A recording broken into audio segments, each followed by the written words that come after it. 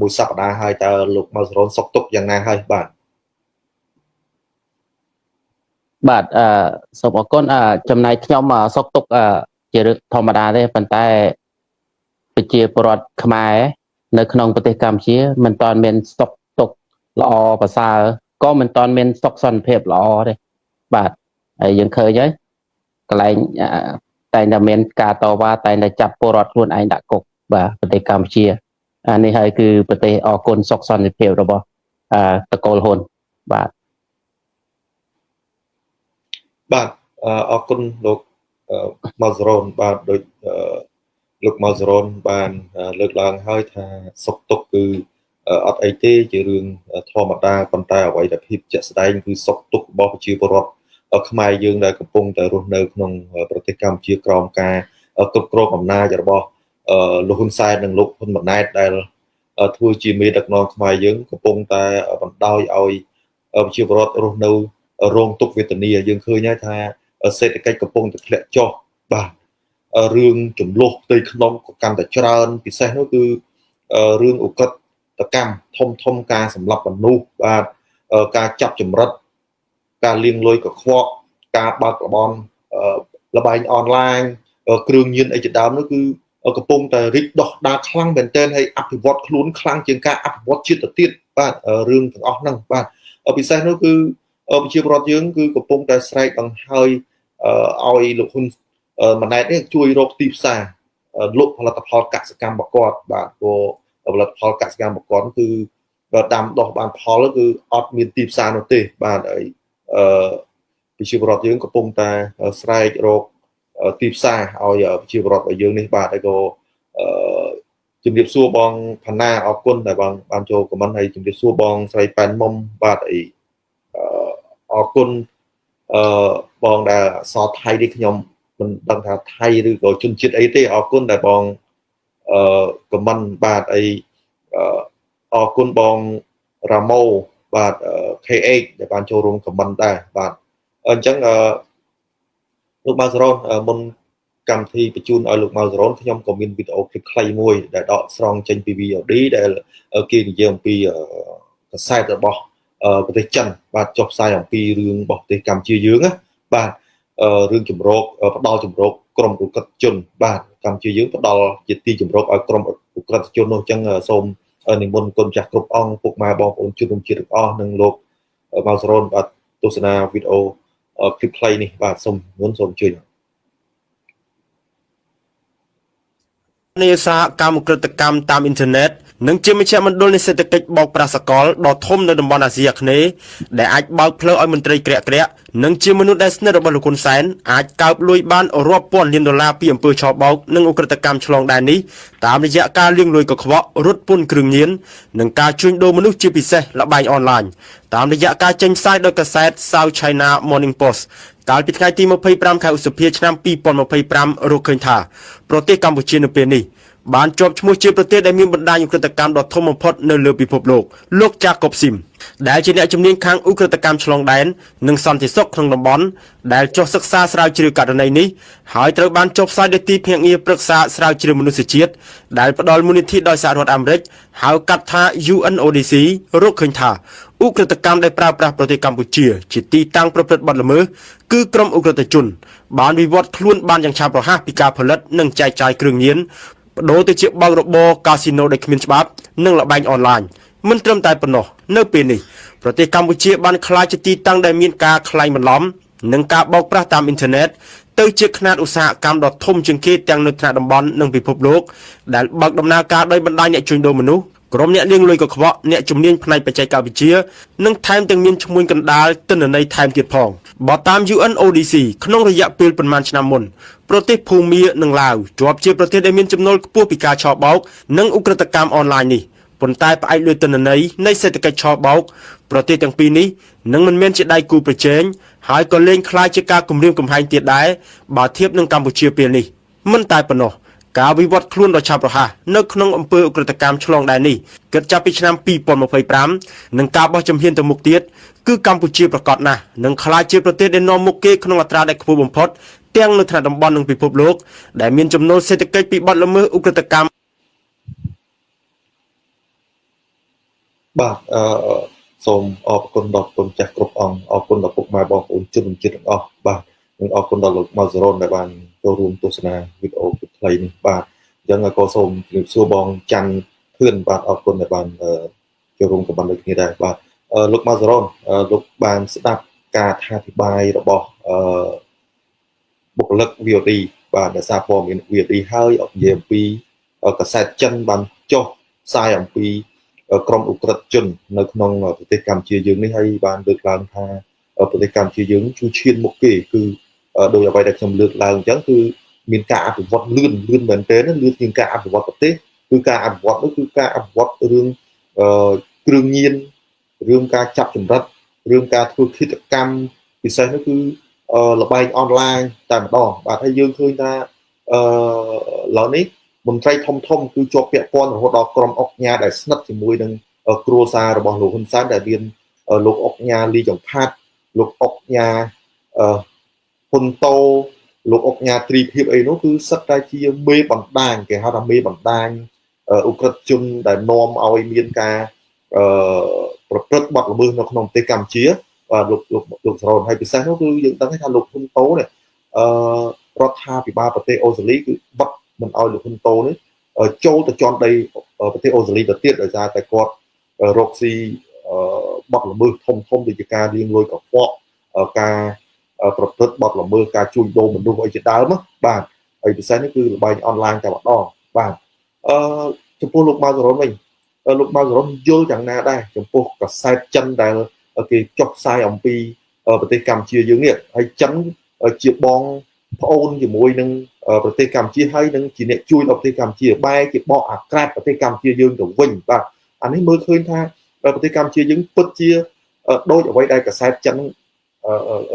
គេបានបកស្រាយមែនដែរអត់ទេបាទលោកសូមជួយ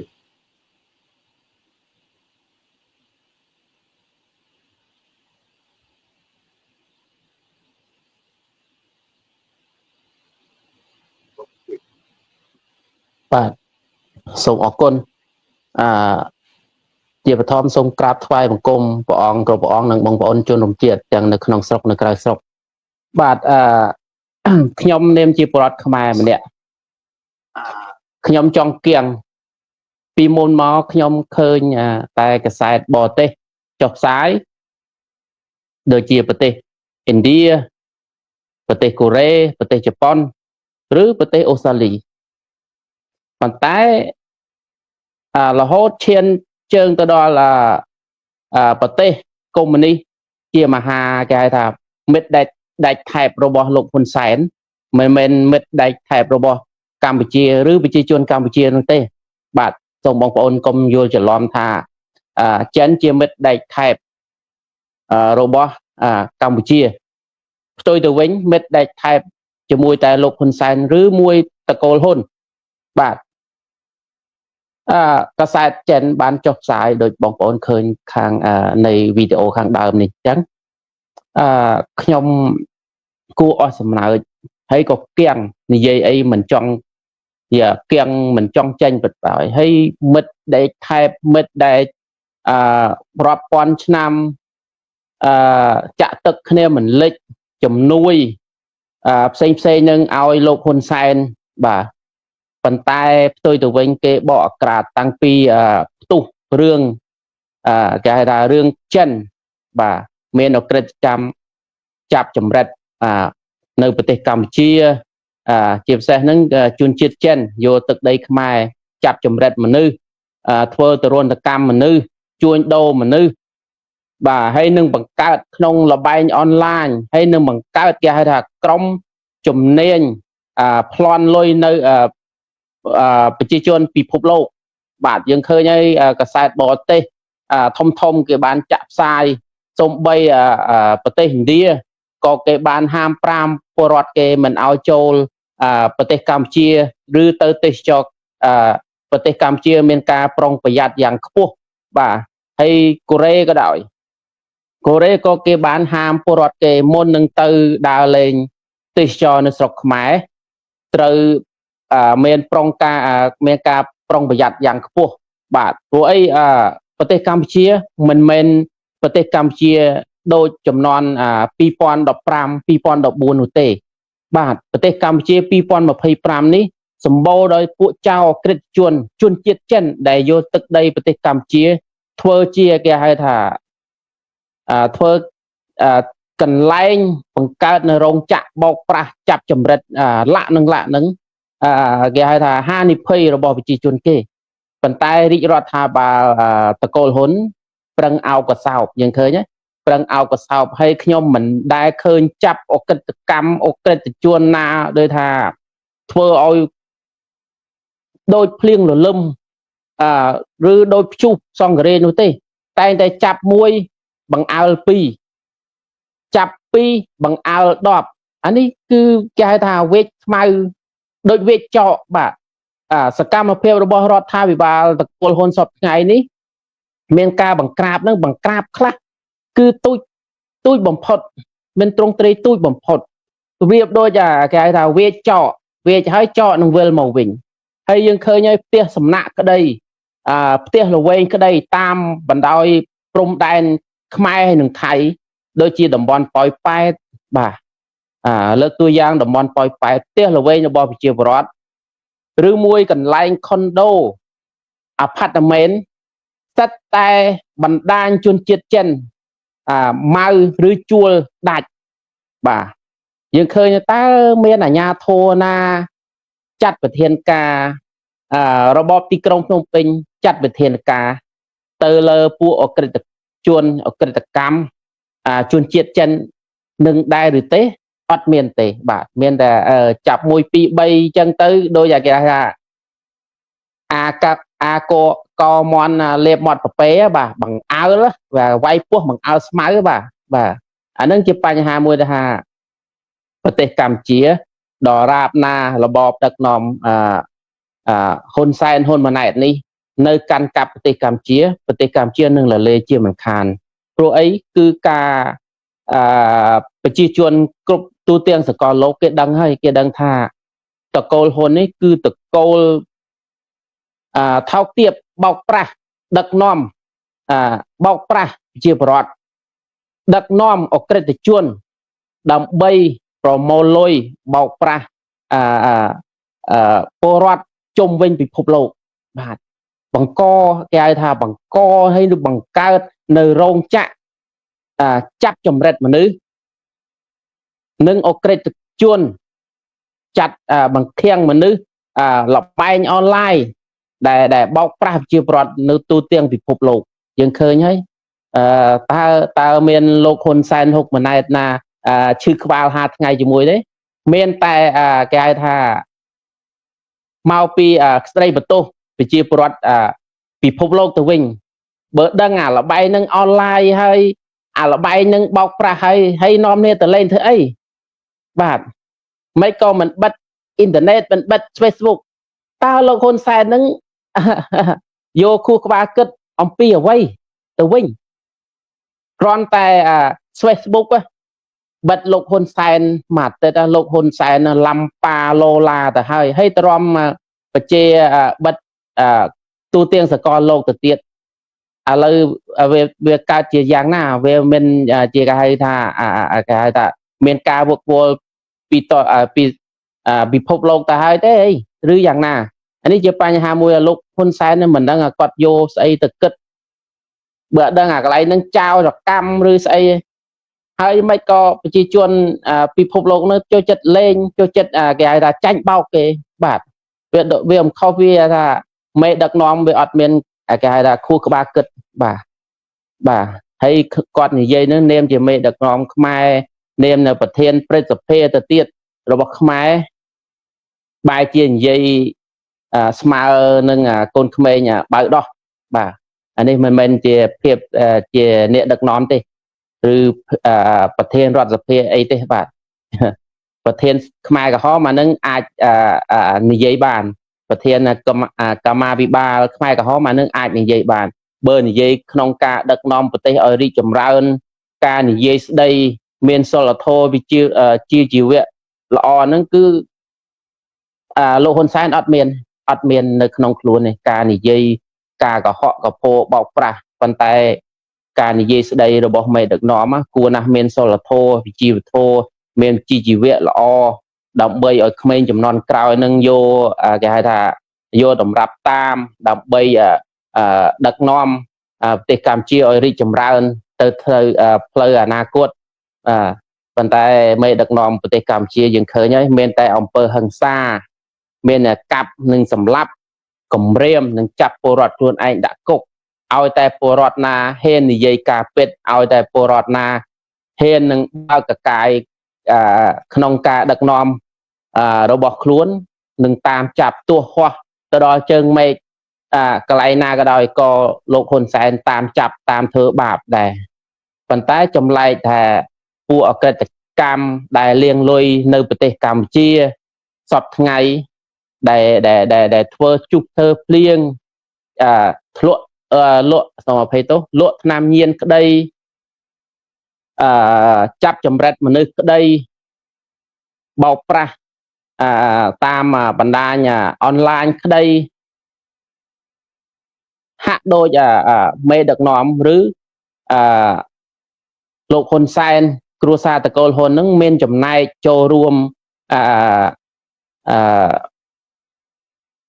ជាមួយអក្រិតកម្មនឹងដែរបាទហើយអក្រិតកម្មមកកណោគោដឹកហេតុអីបានលោកហ៊ុនសែនលោកហ៊ុនម៉ាណែតរមិនឃើញទៅរកឃើញអីអ្នកបកអាក្រាតតកូលហ៊ុនបាទអានេះវាគួរអស់សំណើចនាងខ្ញុំជាពលរដ្ឋម្នាក់ត្បិតតែខ្ញុំរៀនបានតិចតួចមិនប៉ុន្តែខ្ញុំខំប្រឹងស្រាវជ្រាវរកបញ្ហាសង្គមដើម្បីយកមកនិយាយធ្វើជាព័ត៌មានឲ្យបងប្អូនបានស្ដាប់បានជ្រាបបាទប៉ុន្តែជាអកុសលប្រទេសកម្ពុជាយើងมันអាចនិយាយអ្វីដែលជាការពិតឬប៉ះពាល់តកូលហ៊ុនបានទេបាទបើនិយាយបើកកាយរឿងការពិតបញ្ហាឬការដឹកនាំរបស់តកូលហ៊ុនមានតែគុកហើយនឹងមានការវាយដំចំធាក់មានការពមៀនពីអាជ្ញាធររបស់រដ្ឋាភិបាលបាទប៉ុន្តែនឹងហើយរបបសុខសន្តិភាពរបស់តកូលហ៊ុនអ្នកចេះអែបអបអ្នកចេះអែបអបអ្នកចេះគេហៅថាអែបអបស៊ីក្តាតស៊ីក្ដួចទទួលបានមុខតួនាទីតំណែងប៉ុន្តែអ្នកដែលមិនចេះលើកជើងលើកដៃអែបអបទេទទួលបានទៅវិញដូចជាថ្មីនេះយើងឃើញហើយគ្រាន់តែអ្នកសារព័ត៌មានលោកអុចម៉ៅគាត់យកព័ត៌មានស្ដីពីបញ្ហា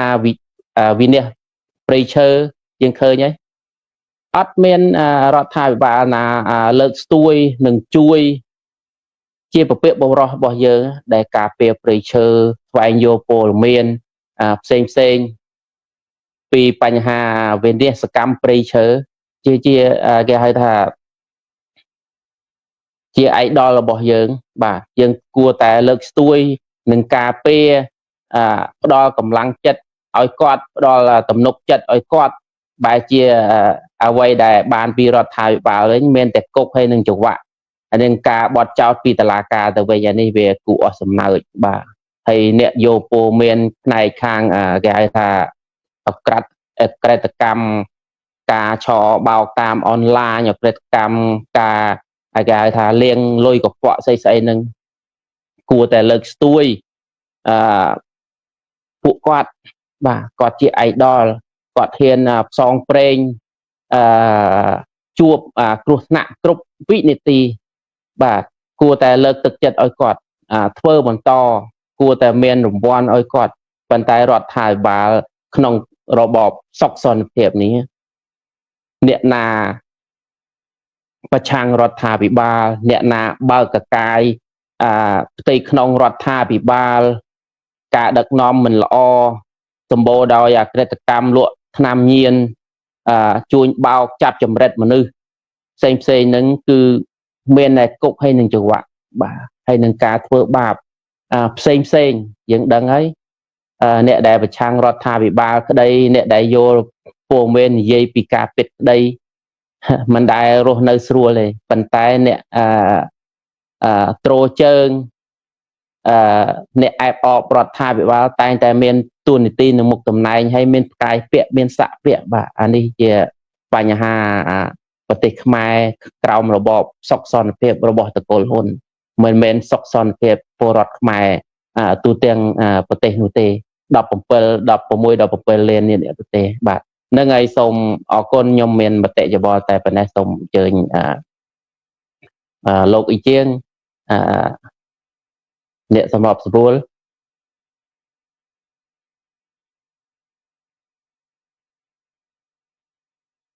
បាទបងអ៊ីជាង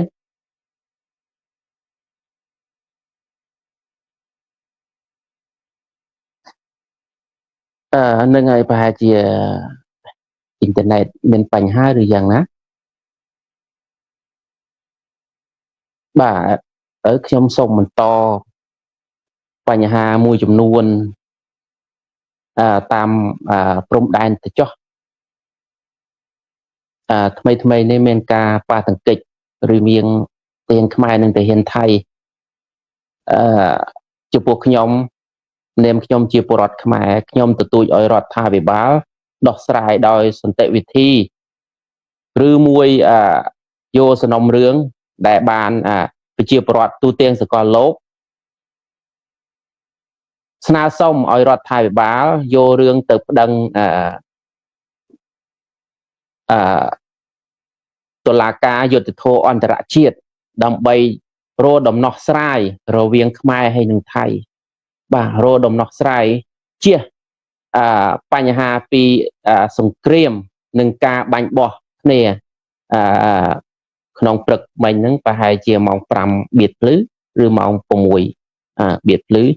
បាទអានឹងហើយគឺបញ្ហាដែលពួកយើងស្នើសុំឲ្យរដ្ឋាភិបាលហ្នឹងលើករឿងបញ្ហាព្រំដែនទាំងព្រំដែនគោកទាំងព្រំដែនទឹកស្នើទៅតុលាការយុត្តិធម៌អន្តរជាតិដើម្បីរកដំណោះស្រាយបាទរកអ្នកទី3រកដំណោះស្រាយបាទជៀសវាងមានបញ្ហាប៉ះទង្គិចហ្នឹងគឺមានតែគេហៅថារវាងទាហាននិងទាហានទេដែលមានបញ្ហាអ្នកខ្លះក៏របួសអ្នកខ្លះក៏មានបញ្ហាបាត់បង់ជីវិតយើងឃើញហើយពលមែននៅក្នុងស្រុកនៅប្រទេសកម្ពុជាយើងនឹងបិទមាត់ឲ្យជ្រាបបាទហើយរឿងប្រប៉ុណ្ណានៃអត់មានបកស្រាយអត់មានយកទៅចាក់ផ្សាយបែរជាបណ្ដែតបណ្ដោយឲ្យពួកពលមានលើកជើងលើកដៃរបស់តកូលហ៊ុននឹងមួយថ្ងៃគិតតែសម្ដេចពុកវាយកូនកោទៅបាទរឿងជាតិធំនោះអត់មានបាច់មានអ្នកណាផ្សាយពលមានស្ទើរតែជិត100ប៉ុស្តិ៍ទៅដឹងបាទហើយខ្ញុំសោកស្ដាយដែលខ្ញុំដែលខ្ញុំជាពលរដ្ឋខ្មែរខ្ញុំអត់តាន់ឃើញពលមាននៅក្នុងស្រុកនឹងផ្សព្វផ្សាយឲ្យទលំទលាយឲ្យពលរដ្ឋយើងបានដឹងបានត្រៀមបានគិតបានគូបាទហើយពលមានសុខខ្មែរបិទឲ្យស្ងាត់មាត់ឲ្យជ្រាបហើយគិតតែមួយថ្ងៃអរគុណសុខសន្តិភាពហើយនឹងអីគេបរោះខ្លាំងវាយកូនគោលបាទអានេះប្រទេសជាតិទាំងមូលបងប្អូនហើយបណ្ដែតបណ្ដោយឲ្យផ្សព្វផ្សាយតែបុគ្គលម្នាក់តកូលហ៊ុនម្នាក់លោកហ៊ុនសែនតែម្នាក់នឹងវាយកូនគោលសួរថាប្រទេសជាតិទាំងមូលហើយទៅលោកហ៊ុនសែននឹងជាអ្នកណាបាទបើអត់មានប្រទេសជាតិណាលោកហ៊ុនសែនណាអត់មានទេបាទអត់មានឈ្មោះបោះសម្លេងដល់សប្តាហ៍ថ្ងៃទេបើប្រទេសខ្មែរបាត់បង់ឬមិនមែនប្រទេសខ្មែរក៏មិនមែនលោកហ៊ុនសែនមកដើរវាយកូនកោហើយមានតារាមានស្អីនឹងដើរអែបអបធ្វើជាចម្រៀងក្តីអីអានេះជាបញ្ហាជាតិទាំងមូលហេតុគួរណាស់តែរដ្ឋាភិបាលងាកមកដោះស្រាយបញ្ចប់ការប៉ះទង្គិចគ្នាបញ្ចប់ការរវាងប្រជាពលរដ្ឋទាំងពីរទាំងថៃហើយនិងខ្មែរបាទមើលមុខគ្នាមិនចំបាទយើងត្រូវតែរកអាជ្ញាកណ្ដាលអ្នកណា គឺតឡាការយុទ្ធធរអន្តរជាតិបាទដើម្បីបញ្ចប់ក្នុងមន្ទិលសង្ស័យរបស់គេឬរបស់យើងបាទអានឹងរឿងនឹងវាត្រូវតែអញ្ចឹងបាទមិនមែនរដ្ឋាភិបាលប្រឹងតែចរចានយោបាយចាស់ទុំចរចានយោបាយចាស់ទុំមិនមែនអញ្ចឹងទេបងប្អូនមិនមែនទេមិនមែនមានអ្នកណាដឹកនាំប្រទេសប្រឹងតែចរចាលទ្ធផល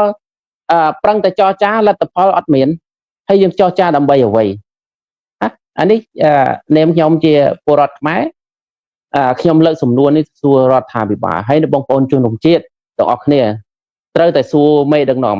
ហើយចរចា4 10 20ឆ្នាំហើយវាអត់មានលទ្ធផលអ្វីបាទអានេះជាបញ្ហាមួយដែលថាគួរ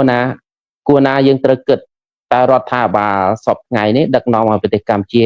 រីកចម្រើនមានសុខសន្តិភាពពិតឬដូចអ្វីដែលលោកហ៊ុនសែនលោកហ៊ុនម៉ាណែតប្រឹងបំផុសការដឹកនាំរបស់តកូលហ៊ុនមានសុខសន្តិភាពយ៉ាងពេញទំហឹងមែនទេដែរឬទេមែនទេដែរឬអត់បាទសូមអភ័យទោសការដឹកនាំរបស់លោកហ៊ុនសែនតាមប្រធានបទនេះវាមិនខុសពីអ្វីគេហៅថាលេងល្បែងស្មោកគ្រោកនោះទេបាទដឹកនាំរបស់គាត់សុខសន្តិភាពតែពួកអក្រិតកម្មពួកចៅប្លន់ដីពលរដ្ឋអ្នកមានអំណាចប្លន់ដីពលរដ្ឋអានឹងសុខសន្តិភាពពួកអ្នកមានអំណាចរីឯប្រជាពលរដ្ឋបន្តកតុយគ្នារត់ចោលស្រុកយើងឃើញចំណាក់ស្រុកប្រមាណលានអ្នកនៅប្រទេសថៃបាទអានេះជាបញ្ហាមួយដែលថាបើប្រទេសសុខសន្តិភាពអត់មានការចំណាក់ស្រុកឬអត់មានការគេហៅថាមានជនភៀសខ្លួននោះទេបាទបើប្រទេសសុខសន្តិភាពសុខសន្តិភាពនោះត្រាតែប្រទេសતેមរួចចេញពីសង្គ្រាមប៉ុន្តែយើង30-40ឆ្នាំហើយយើងនៅតែសុខសន្តិភាពអ្ហ្មិចបាទហើយបើប្រជាពលរដ្ឋរត់តែអង្គច្រកឆ្នាំងសឹងមិនបានផងដំណាំផលិតផលរបស់ប្រជាពលរដ្ឋផ្នែកកសិកម្មក៏មិនតន់រកទីផ្សារឲ្យប្រជាពលរដ្ឋនឹងលក់ចេញបានតម្លៃខ្ពស់ដើម្បីចិញ្ចឹមជីវភាពឲ្យបានគេហៅថាល្អនោះទេបាទហើយសពថ្ងៃនេះប្រជាពលរដ្ឋធ្វើស្រែបានបំណុលបាទធ្វើកសិកម្មបានបំណុលអីគឺបំណុលខ្ចីធនាគារអ្នកខ្លះក៏ខ្សែធនក៏លក់ដីលក់ទីចំណាក់ស្រុកទៅថៃអ្នកខ្លះនោះក៏គិតមិនតាន់គិតមិនចេញក៏អតិខេតខ្លួនឯងអានឹងជាបញ្ហាការដឹកនាំរបស់តកូលហ៊ុនគឺคล้ายអត់មានអ្វីសុខសន្តិភាពដូចអ្វីគេតែងតែបំផុសបំផុលឲ្យពលរដ្ឋថាស្រុកយើងមានសុខសន្តិភាពពិតណាស់សុខសន្តិភាពតែផ្លូវកាយប៉ុន្តែផ្លូវចិត្តប្រជាពលរដ្ឋគ្រប់រូបគ្រប់វ័យអត់ទាន់មានសុខសន្តិភាពទេបាទផ្លូវចិត្តហេតុអីបានខ្ញុំនិយាយអញ្ចឹងសុខសន្តិភាពផ្លូវចិត្តគឺការគម្រាមកំហែងការរឹតបន្តឹងសេរីភាពពលរដ្ឋក្នុងការសម្ដែងមតិបាទអត់ទាន់មានទេបាទសេរីភាពការសម្ដែងមតិការជ្រើសរើសគណៈបកដែលពលរដ្ឋចង់បានបាទគណៈបកដែលគេហៅថាគណៈបកដូចជាពលរដ្ឋពេញចិត្តបុគ្គលបង្កើតគណៈបកដែលពលរដ្ឋពេញចិត្តបាទអត់ទាន់មានទេបាទវាអត់មានទលំទលាយហើយមានការរឹតបន្តឹងមានការតាមដានមានការធ្វើបាបមានការដកស្លាកគណៈបកគាត់ចោលតែដាក់គណៈបកប្រជាជនទៅវិញអានេះជាបញ្ហាមួយថាសុខសន្តិភាពតែផ្លូវកាយទេប៉ុន្តែផ្លូវចិត្តពលរដ្ឋមានការពិបាកចិត្តនិងតឹងទ្រូងការដឹកនាំរបស់តកូលហ៊ុននេះ មែនតេបាទទ្រូងប្រេះថ្ងៃណាខ្ញុំមិនដឹងទេបាទឬថ្ងៃមានផ្ការីកក៏មិនដឹងបាទថ្ងៃណាមានផ្ការីកសង្ស័យប្រជាពលរដ្ឋអាចចេញតវ៉ាដើម្បីទាមទារសិទ្ធិក្នុងការនិយាយសិទ្ធិក្នុងការសម្ដែងមតិផ្សេងបាទយើងមានតែសុខសន្តិភាពតែពលរដ្ឋនិយាយមិនបានបាទអានេះគេហៅសុខសន្តិភាពមែនបាទនឹងគេហៅគោបាត់ហើយគេមិនហៅសុខសន្តិភាពទេសុខសន្តិភាពតែតកូលហ៊ុនគ្រួសារតកូលហ៊ុននឹងឯងរីឯប្រជាពលរដ្ឋយើងនិយាយមិនបានប៉ះតកូលហ៊ុនគឺមានតែគុកហើយនឹងខ្នោះហើយនឹងគេហៅថាខ្ចាត់ប្រត់រត់ពីណាត់ពីណែងភៀសខ្លួនទៅប្រទេសផ្សេងបាទអានឹងបាទជាបញ្ហាដែលថាប្រទេសកម្ពុជាមិនមែនដូចអ្វីលោកហ៊ុនសែនលោកហ៊ុនម៉ាណែតបំផុសបំផុលថាប្រទេសកម្ពុជានឹងមានសុខសន្តិភាពទេអត់មានទេបាទការសម្ដែងមតិការជ្រើសរើសគណៈបកដែលខ្លួនចង់បានការបង្កើតនៅអង្គការផ្សេងការស្ដាប់នៅព័ត៌មានឯករាជ្យអីហ្នឹងអត់តន់មានទេណាបាទអត់តន់មានណាមានដែរមានតែសារព័ត៌មានវីដេអូរបស់គណៈបកប្រជាជនបាទការគេសម្ដែងអរគុណ7មករាអរគុណសម្ដេចពុកអរគុណបរោះខ្លាំងកើតនៅពន្លឺក្រោមព្រះច័ន្ទអីស្អីហ្នឹងបាទអានឹងវាមានតែប៉ុណ្្នឹងបាទអត្តន័យការពារជាតិស្អីហ្នឹងវាអត់មានបាទហើយយើងឃើញហើយអន្តរជាតិក្តីកសែតផ្សេងរបស់ប្រទេសមហាអំណាចក្តីអត់មានយកចិត្តទុកដាក់អត់មានផ្សព្វផ្សាយឲ្យទូលំទូលាយសូម្បីឲ្យមានបាតកិច្ចក្នុងព្រំដែនរវាងខ្មែរនិងថៃនេះអត់មានផ្សាយទូលំទូលាយផងបិទព័ត៌មានឲ្យចិត្តឈឹងអានឹងគេហៅសុខសន្តិភាពដែរបាទសុខសន្តិភាពគួរតែបង្កើតនៅសារព័ត៌មានឯករាជ្យពលរដ្ឋអាចនិយាយអាចស្ដីបន្ទោសថ្នាក់ដឹកនាំក្តីតាមមូលដ្ឋានតាមខេត្តតាមគេហៅថាថ្នាក់ជាតិក្តីអានឹងបានគេហៅសុខសន្តិភាពប៉ុន្តែសុខសន្តិភាពបិទមាត់ឲ្យខ្ជិបបាទមួយបិទមាត់ឲ្យខ្ជិបបាទអរគុណសុខសន្តិភាពបានសេរីបានបញ្ចេញសរងកសែងអញ្ចឹងអីបាទអានឹងបាទប៉ុន្តែការពិតងាកមកផ្ទះអង្គអស់ពីបាវពីករងអស់លេងបាទអាហ្នឹងហើយបាទប្រទេសកម្ពុជាដើមក្រោយការដឹកនាំរបស់តកូលហ៊ុនមានសុខសន្តិភាពបាទហ្នឹងហើយសូមអញ្ជើញបងអីជាងបាទខ្ញុំមានបច្ចៈច្បល់លោកសរនបាទដោយសារសំខាន់តែពីតដល់គុណចាស់គ្រប់អង្គពុកម៉ែបងប្អូនជនជាតិទាំងអស់ដោយសារបញ្ហាបច្ចេកទេសខាងអ៊ីនធឺណិតអ៊ូលខ្លាំងមែនទែនបាទថ្ងៃនេះគឺដូចជារូបភាពអីនឹងសម្លេងអីគាំងបាទអញ្ចឹងដោយលោក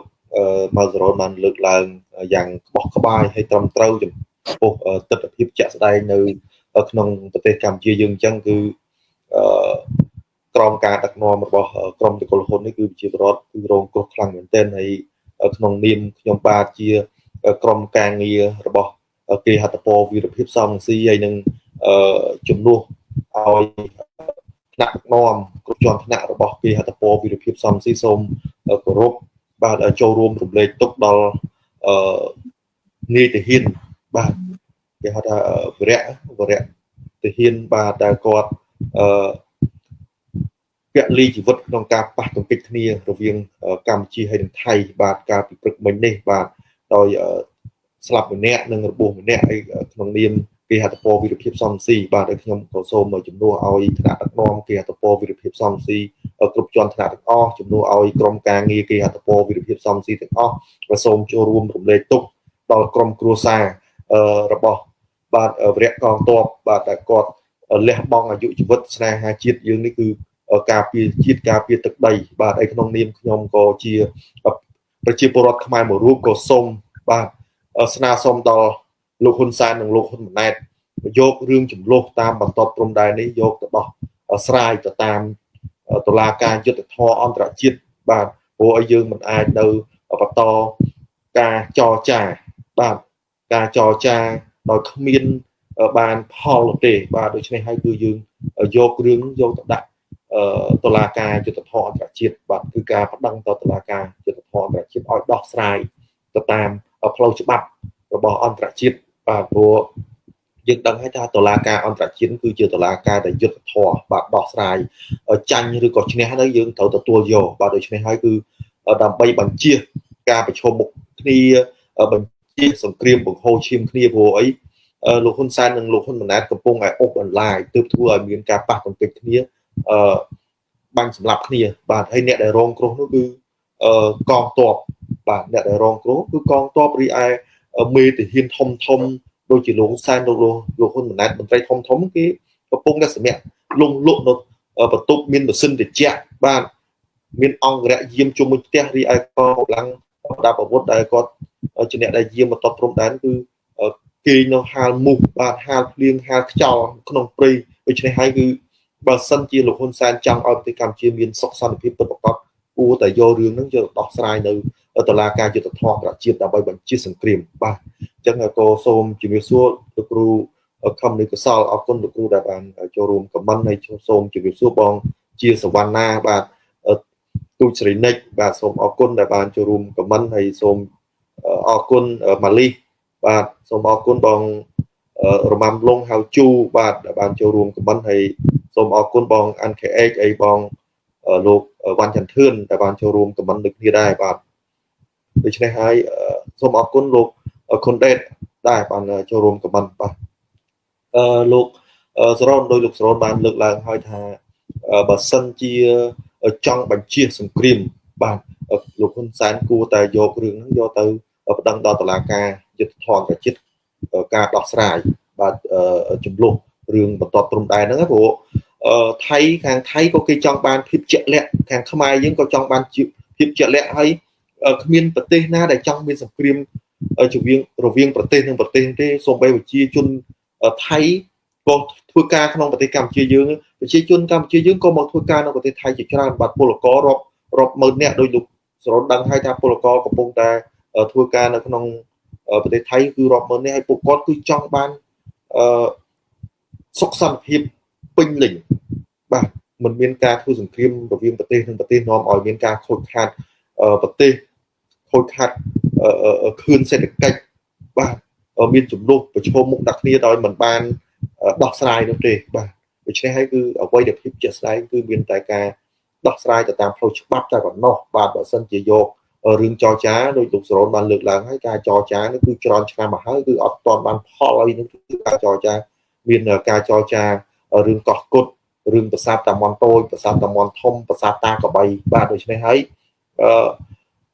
មានតែភាពអាកាត់ទៅលើតុលាការយុត្តិធម៌អន្តរជាតិទេបាទអញ្ចឹងក៏សូមជម្រាបសួរលោកកឹមច័ន្ទរតនាអរគុណដែលបានចូលរួមក៏បានខ្ញុំគ្រាន់តែប្រុស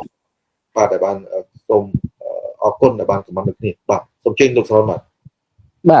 ខ្ញុំសូមមានទស្សនៈមួយខ្ញុំឆ្ងល់នាងខ្ញុំជាពលរដ្ឋម្នាក់លោកហ៊ុនសែនប្រឹងចរចាចូលជិត20ឆ្នាំហើយចរចាបាទយើងនិយាយខ្ទង់ប៉ុណ្ណឹងចុះតាំងពីជំនាន់តាក់ស៊ីនដបង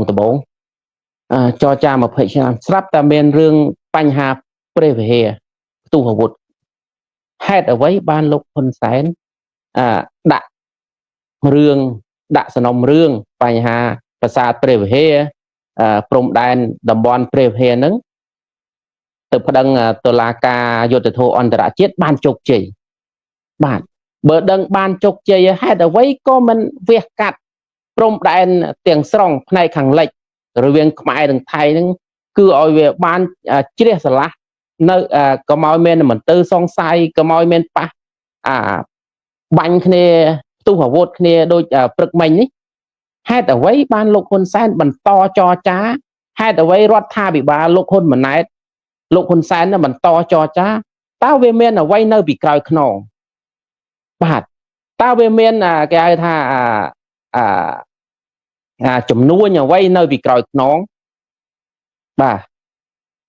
អានេះជានាមខ្ញុំជាពលរដ្ឋដាក់សំណួរទៅរដ្ឋាភិបាលវាមានផលប្រយោជន៍អ្វីនៅពីក្រោយខ្នង4 10 20ឆ្នាំឯនៅតែចរចាអត់ចេះជាប់បាទតែយើងឃើញប្រាសាទព្រះវិហារយើងប្តឹងបានសម្រេចបាទ លោកសរតរឿងទាំងអស់ហ្នឹងហើយបានយើងទាំងអស់គ្នាដែលជាពលរដ្ឋខ្មែរនេះទាមទារទៅឲ្យលោកហ៊ុនសែននេះដោះស្រាយទៅតាមផ្លូវច្បាប់តុលាការយុត្តិធម៌អន្តរជាតិព្រោះការចរចាដូចជាមិនមានបានផលបាទហើយយើងក៏ស្នើសុំឲ្យអង្គការទាំង50អង្គភាពដែលដាក់ញត្តិទៅប្តឹងតវ៉ាលោកគ្រូរងឈុននោះគឺត្រូវអង្គការសង្គមស៊ីវិលទាំងអស់ហ្នឹងចេញមុខមកទាមទារដូចគ្នាមកទាមទារឲ្យលោកហ៊ុនសែននិងលោកហ៊ុនម៉ាណែតនេះយករឿងហ្នឹងយកទៅប្តឹងតុលាការយុត្តិធម៌អន្តរជាតិដើម្បីដោះស្រាយដូចគ្នាមិនមែនធ្វើទៅតាមអារម្មណ៍ដែលនឹកឃើញទេរឿងលោកគ្រូរងឈុននោះគឺរឿងនយោបាយសិក្សាបាទរឿងនយោបាយបាទរឿងនយោបាយចំពោះខ្ញុំឃើញបាទចំពោះខ្ញុំយល់ឃើញអញ្ចឹងដែរលោកគ្រូរងឈុនជារឿងនយោបាយជារឿងបុគ្គលទៅទៀតបាទយើងចាត់ទុកថាជារឿងបុគ្គលប៉ុន្តែរឿងជាតិនេះជារឿងធំដល់កាលណាដែលយើងមិនឈឺឆ្អាលបញ្ហារឿងជាតិរឿងទឹកដីទេប្រសិនណាយើងអត់មានជាតិអត់មានទឹកដីយើងមិនដឹងទៅនៅណាទេប្រហែលដូចខ្មែរកម្ពុជាក្រោមបាទអានឹងហើយបានថារឿងបុគ្គលទុកមួយឡែកសិនប៉ុន្តែឲ្យសមាគម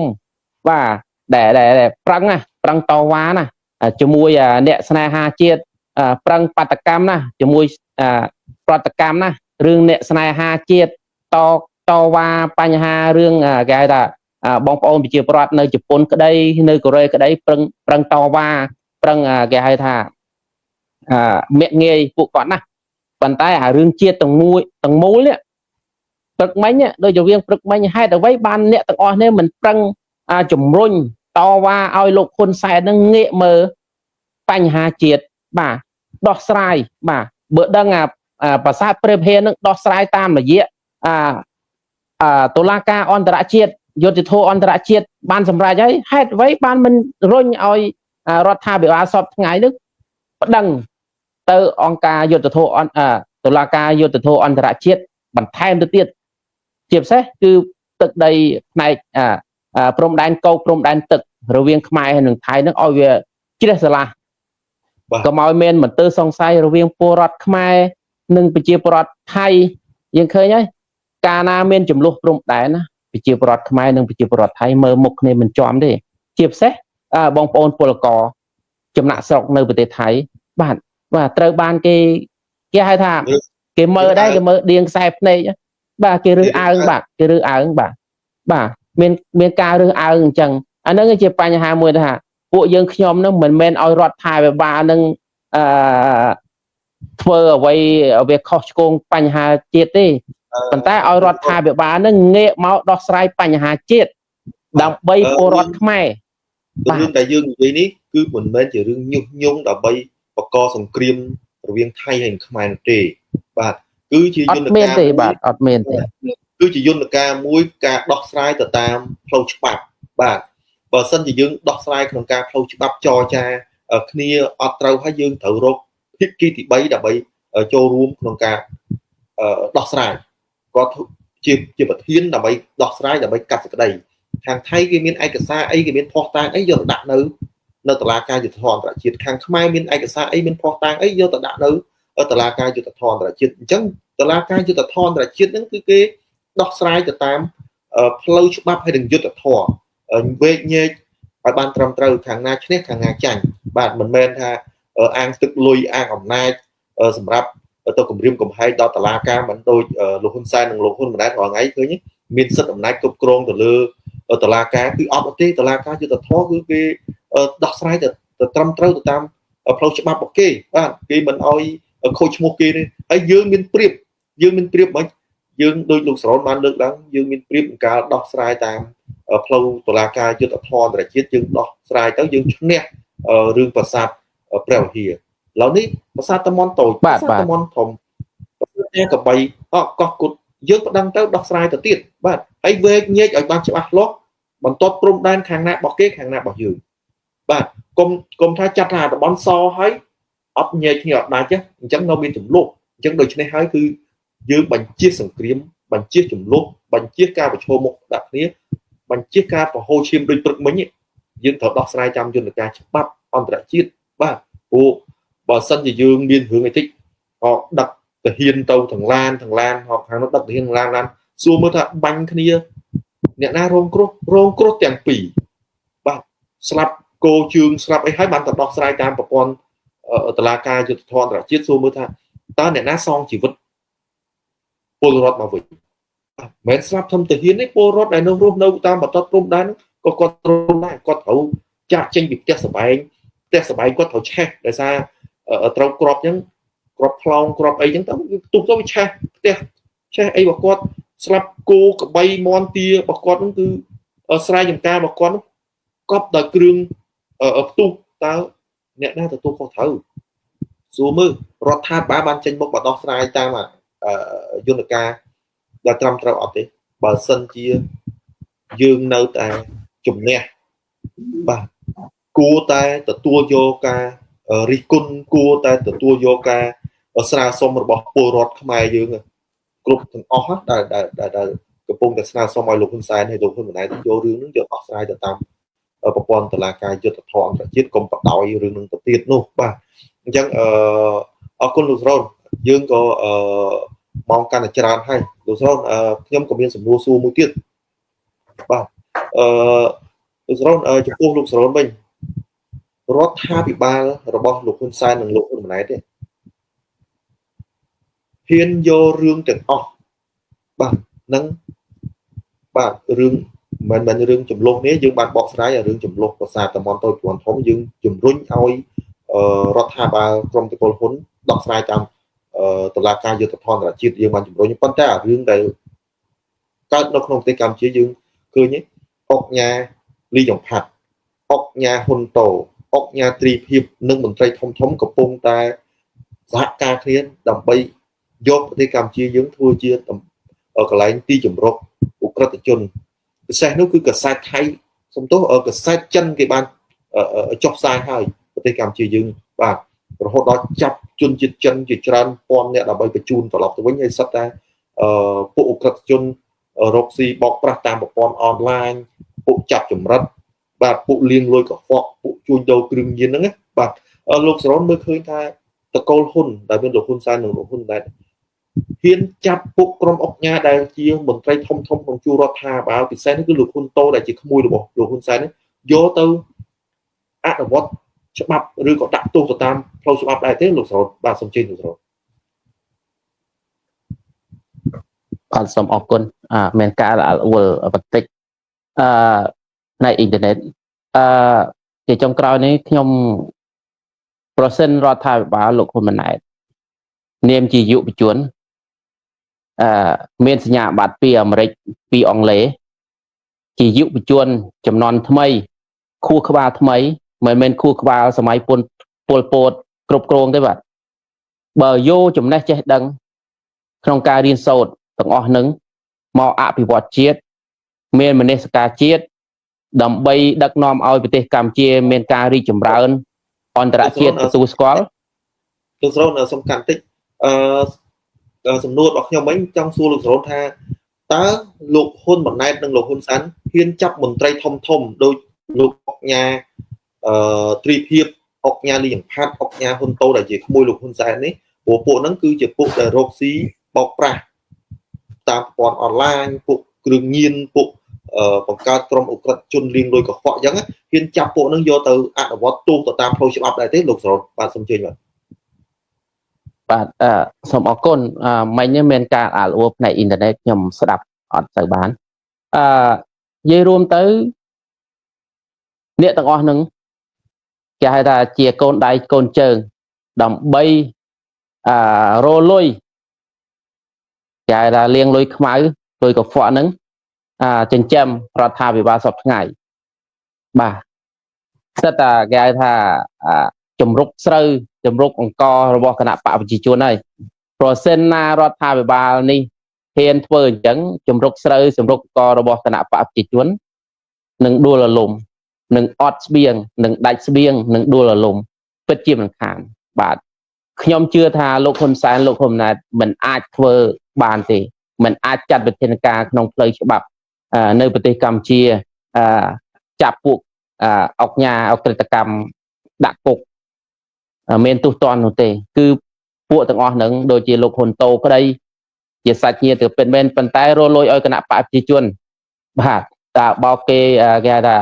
គ្រប់ទិសគ្រប់ទីទូទាំងពិភពលោកហើយដើម្បីលាងលុយកខ្វក់ចិញ្ចឹមគណៈបកប្រជាជនបំរើមហិច្ឆតាក្នុងការដឹកនាំបន្តតកូល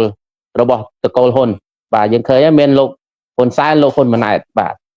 សួរថារដ្ឋាភិបាលសប្តាហ៍ថ្ងៃនេះរស់ស៊ីដោយសុចរិតធ្វើអំពើល្អ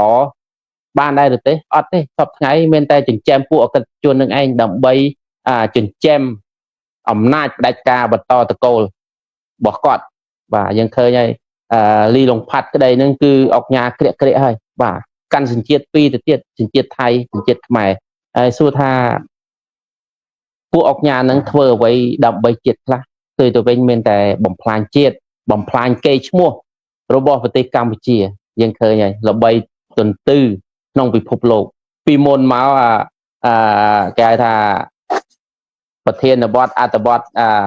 ប្រទេសឯករាជ្យដែលផ្សព្វផ្សាយព័ត៌មានសារព័ត៌មានប្រទេសឯករាជ្យផ្សព្វផ្សាយខ្ញុំមិនសូវជាជឿទេប៉ុន្តែឥឡូវនេះសារព័ត៌មានរបស់ចិនជាបងធំរបស់លោកហ៊ុនសែនលោកហ៊ុនម៉ាណែតជាមិត្តដែកថែបរបស់លោកហ៊ុនម៉ាណែតផ្សព្វផ្សាយទៅទៀតអានេះខ្ញុំជឿបាទបើប្រទេសចិនហ៊ានផ្សាយហើយប្រទេសកម្ពុជាដូចអ្វីសារព័ត៌មានគេនិយាយចឹងបាទហើយដោយសារព័ត៌មានគេនិយាយថាតកូលហ៊ុននេះគឺត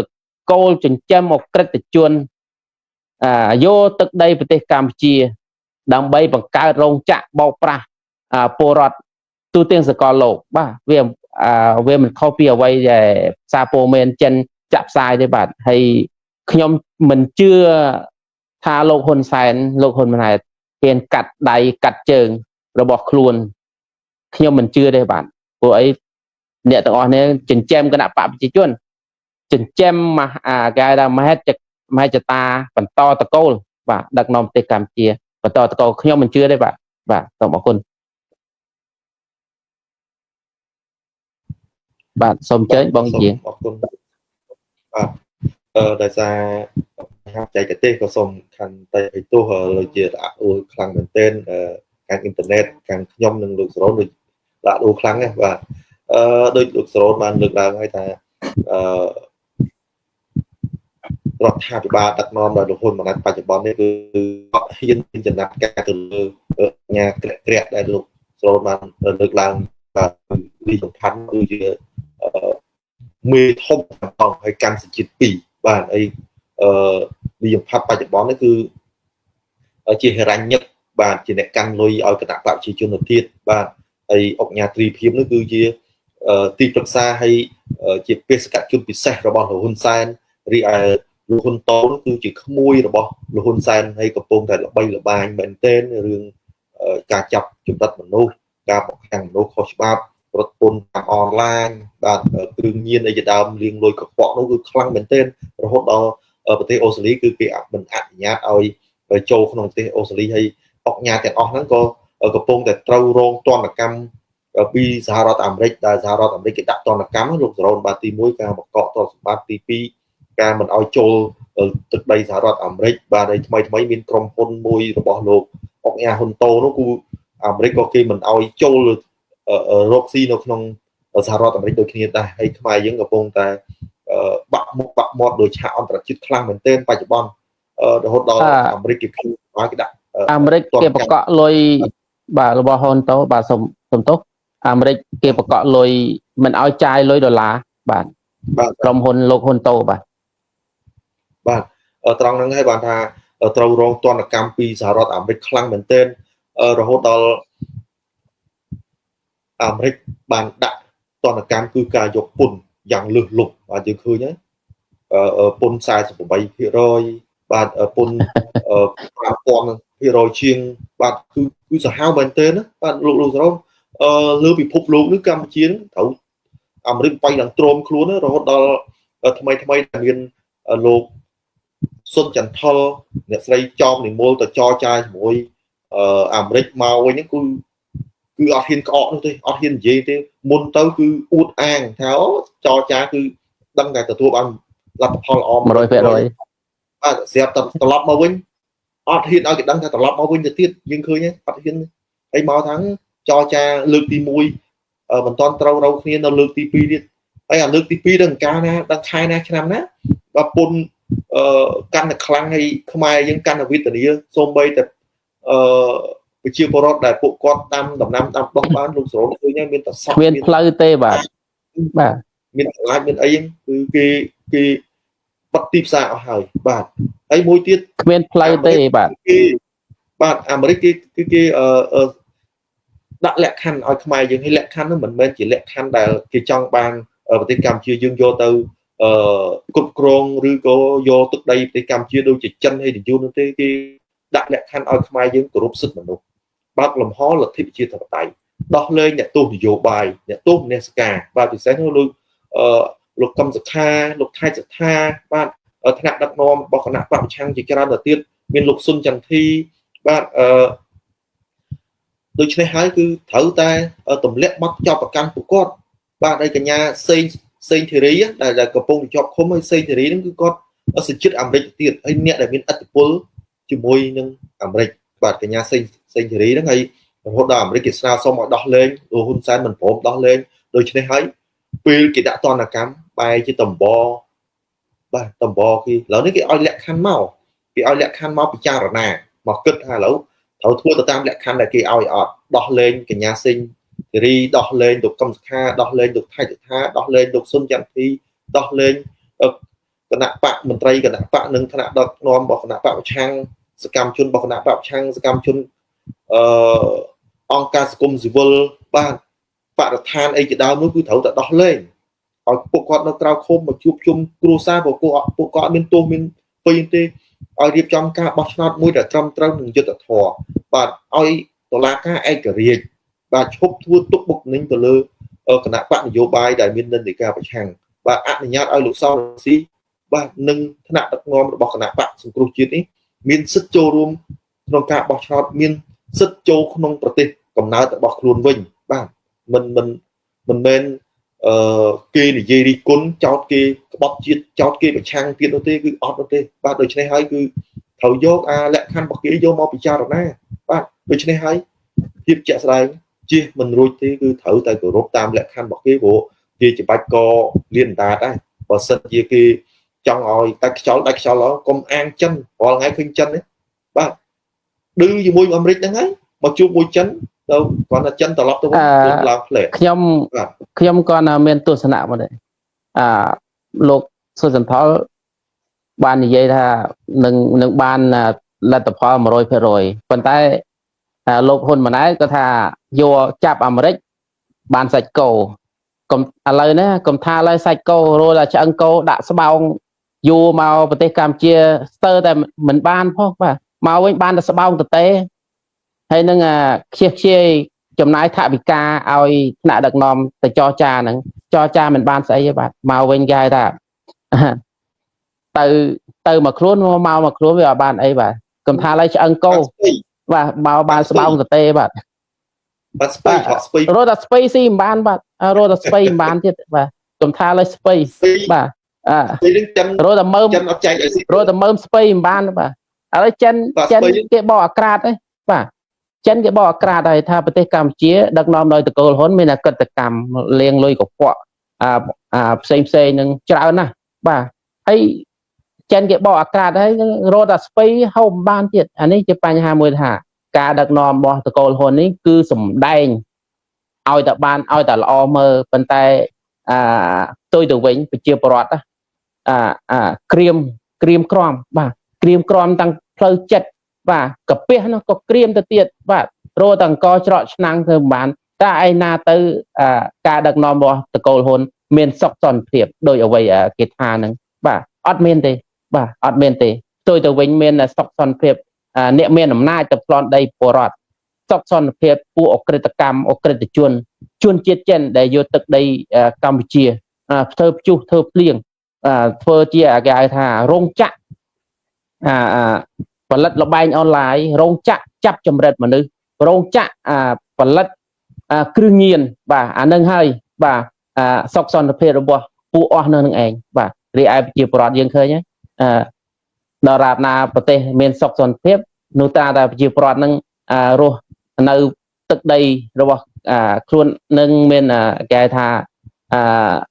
សុខឧត្តមរមនីប៉ុន្តែ3លានអ្នកចំណាក់ស្រុកមានទាំងជនភៀសខ្លួនផ្នែកនយោបាយមានតែគេហៅថាជនភៀសខ្លួនផ្នែកនយោបាយតាមចាប់ប្រភេទប្រភេទយើងឃើញហើយតែណាទៅសុខសន្តិភាពរបស់តកូលហូតបាទហ្នឹងហើយសូមបងប្អូននឹងជួយពិចារណាបាទជួយគិតឡើងវិញបាទសូមអរគុណបងយាងបាទសូមអរគុណលោកស្រនអញ្ចឹងយើងក៏ដល់ម៉ោងកំណត់ហើយលោកស្រនមានអ្វីផ្ដាំផ្ញើជាចុងក្រោយដល់ប្រជាពលរដ្ឋខ្មែរយើងបាទសូមជួយជាចុងក្រោយនេះខ្ញុំសូមអំពាវនាវបងប្អូនជនរួមជាតិបាទគ្រប់គ្រងនិងលើកទឹកចិត្តបងប្អូនពលករនៅជប៉ុនបងប្អូនខ្មែរនៅជប៉ុនបាទនឹងមានមហាបាតកម្មថ្ងៃទី1បាទចុងខែនេះបាទថ្ងៃទី1ចុងខែនេះបាទហើយគ្រប់គ្រងពួកគាត់ឲ្យបានទូលំទូលាយឲ្យបានច្រើនដល់កបាទដើម្បីទាមទារសិទ្ធិក្នុងការសម្ដែងមតិសិទ្ធិនេះរបស់ពលរដ្ឋខ្មែរនឹងបើកឲ្យរដ្ឋាភិបាលបើកលំហនីតិប្រជាធិបតេយ្យសេរីបាទសេរីភាពរបស់ខ្មែរយើងបាទនឹងហើយសូមបងប្អូនគ្រប់រូបគ្រប់ភេទគ្រប់គ្រងបងប្អូនជប៉ុនបាតកម្មឲ្យបានច្រើនកកបាទនាមខ្ញុំជាពលរដ្ឋខ្មែរម្នាក់ខ្ញុំគ្រប់គ្រងយ៉ាងពេញទំហឹងបាទសូមអរគុណ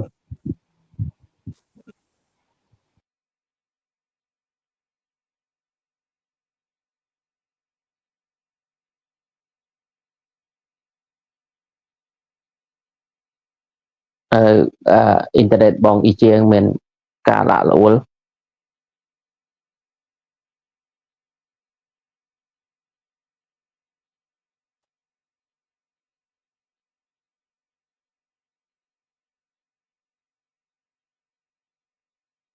អញ្ចឹងសូមបញ្ចប់ការផ្សាយ